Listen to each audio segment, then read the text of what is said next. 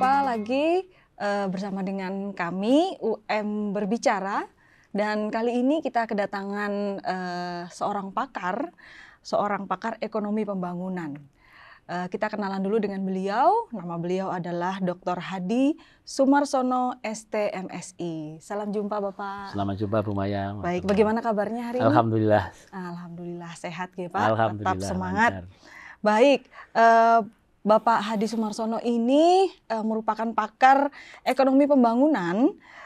Beliau memiliki konsentrasi di ekonomi regional. Ini mohon maaf kalau ada kesalahan ya Pak ya, mungkin nanti bisa direvisi. Dan secara spesifik di desentralisasi fiskal. Oke Pak, kita ini sering melihat statement atau guyonan-guyonan begitu ya Pak ya, baik ada entah di warung-warung, begitu di mikrolet, kendaraan umum, atau di truk-truk bahkan ya, begitu, tulisan-tulisan penak zamanku toh begitu, dengan mengangkat figur Pak Harto. Nah, nampaknya figur Pak Harto ini menunjukkan ada keterkaitan dengan aspek politik dan kata-kata enak gitu, penak zamanku toh. Nah, itu menunjukkan persepsi masyarakat terhadap kondisi ekonomi di zaman beliau, di zaman Pak Harto dan pasca beliau begitu ya, pasca Orde Baru. Nah, bagaimana menurut kacamata Bapak gitu sebagai pakar dalam desentralisasi fiskal terkait dengan statement tersebut, Pak? Memang kita itu sekarang masuki otonomi daerah itu sudah mulai 2000. Kalau saya regulasi kan 99 Bu, dasarnya itu 2225, Undang-Undang Nomor 2225 tahun 99, terus ada revisi Undang-Undang 3234 tahun 2004 dan seterusnya. Itu memang berangkat dari reformasi politik yang di tahun 98. Terus itu memang bergesernya ke arah ada dampak di ekonomi di fiskal daerah, yaitu adanya desentralisasi fiskal daerah. Nah, sebenarnya ada tujuan-tujuan yang secara normatif memang ideal, tetapi dalam konteks praktisnya, secara positif empiris di lapangannya memang masih perlu pencermatan dan pengawalan yang lebih baik lagi. Tujuan sebenarnya ini kan praktek desain fiskal itu sudah ada di beberapa negara sebelum Indonesia melaksanakan tahun 2000-an, 99 yang dari 299 tadi, yaitu di daerah Amerika Latin ada, di daerah Skandinavia, daerah Denmark, Skotlandia dan seterusnya itu ada, Cina juga ada melakukan itu dan relatif berhasil. Artinya tujuannya kan sebenarnya dengan otonomi daerah itu daerah diberi kebebasan untuk berkreasi melalui anggaran yang didesentralisasikan dari pusat ke daerah. Yang levelnya beda-beda. Kalau level kabupaten, kota kita menurut itu ada yang level provinsi. Nah, sebenarnya kabupaten kota dengan adanya desain fiskal itu punya keleluasaan. Dikasih uang fresh money, APBD-nya sekian, dia diminta untuk merencanakan pembangunan dan melaksanakannya dan melakukan pengawasan sendiri. Ibaratnya gini Bu, kalau kita lebaran itu kan kita dulu zaman kecil kan ditawari, Nduk gitu ya, kamu dibeliin baju apa kasih uang? Enaknya gimana Bu? Kasih uang kan?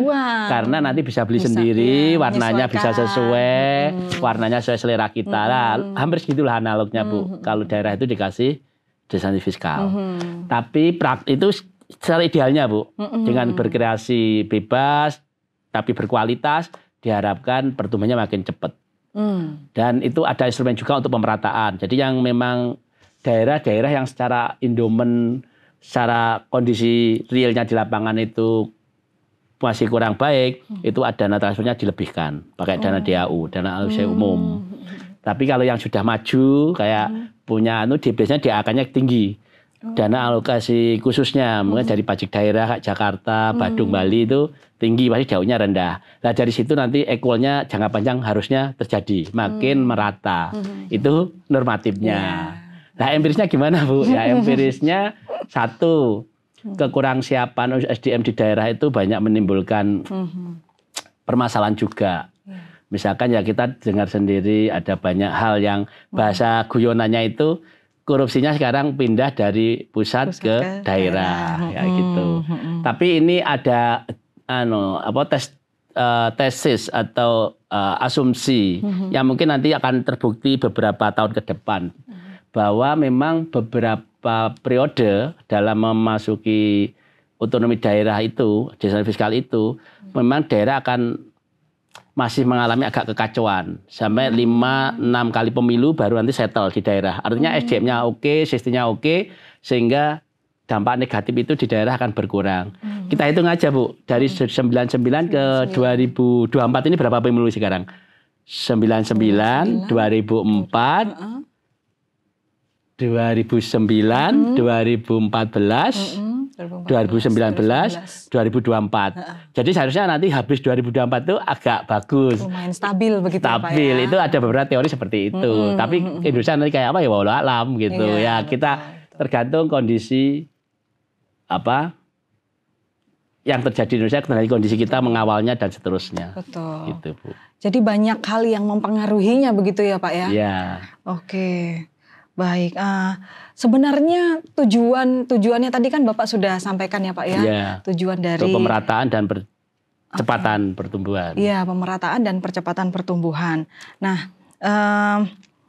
secara praktik juga tadi ada banyak plus dan minusnya begitu ya Pak ya.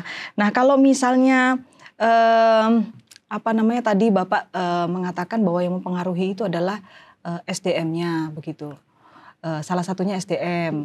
Nah, yang secara awam itu SDM, tapi sebenarnya nanti dampaknya ke kelembagaannya banyak.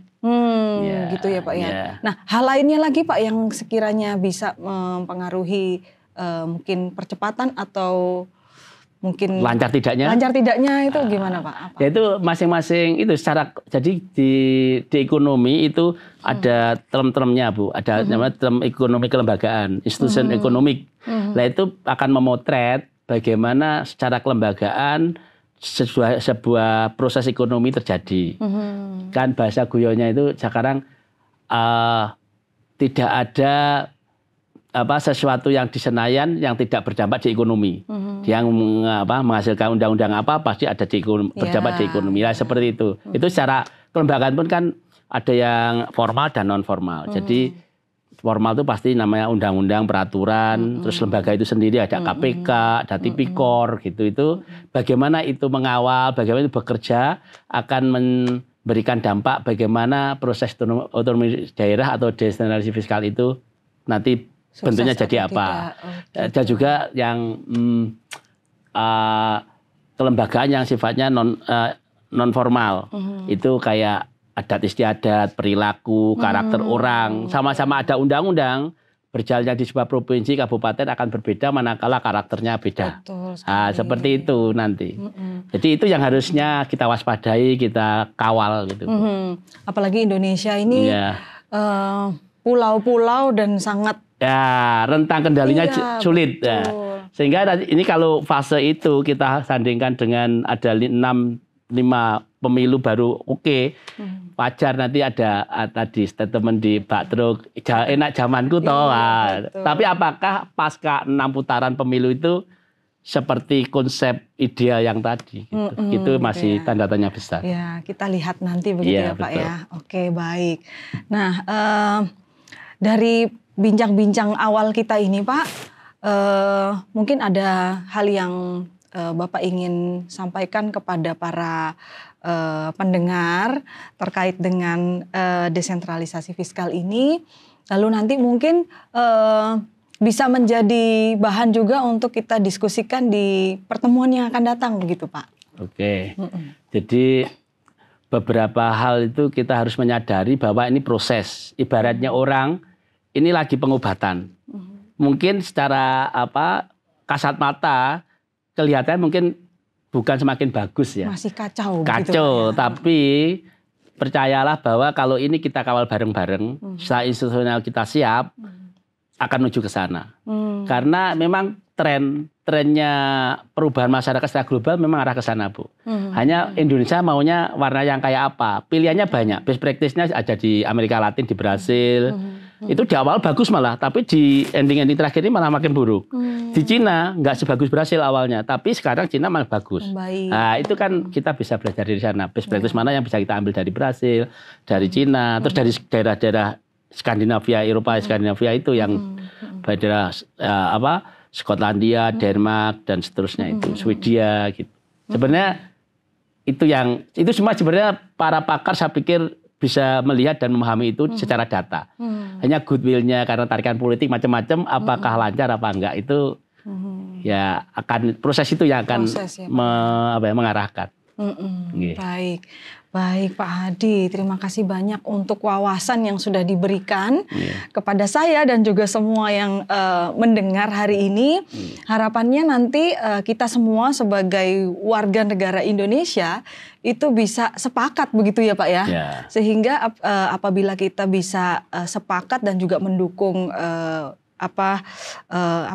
pergerakan ini begitu, perubahan zaman ini di sektor begitu, politik dan ekonomi, Bu. Kita bergerak bersama-sama, itu harapannya nanti apa yang menjadi tujuan bisa tercapai ya Pak ya dengan baik. Percaya saya percaya. Saya bagian orang yang di ekonomi yang mempercaya itu. Mungkin ada teman-teman yang memang ada asumsi lain, tapi secara global juga terbukti dan ini memang sedang berubah di Indonesia. Gitu. Perubahan menjadi lebih baik begitu ya Pak. Oke, baik. Terima kasih banyak Bapak untuk wawasannya, untuk hal-hal yang sudah bisa kita dapatkan bersama gitu ya, pelajari bersama hari ini. Kita ketemu lagi di waktu-waktu yang akan datang Bapak. Semoga aja ada isu yang lebih hangat lagi. Baik. Terima kasih banyak Bapak. Terima kasih semuanya. Sampai jumpa lagi.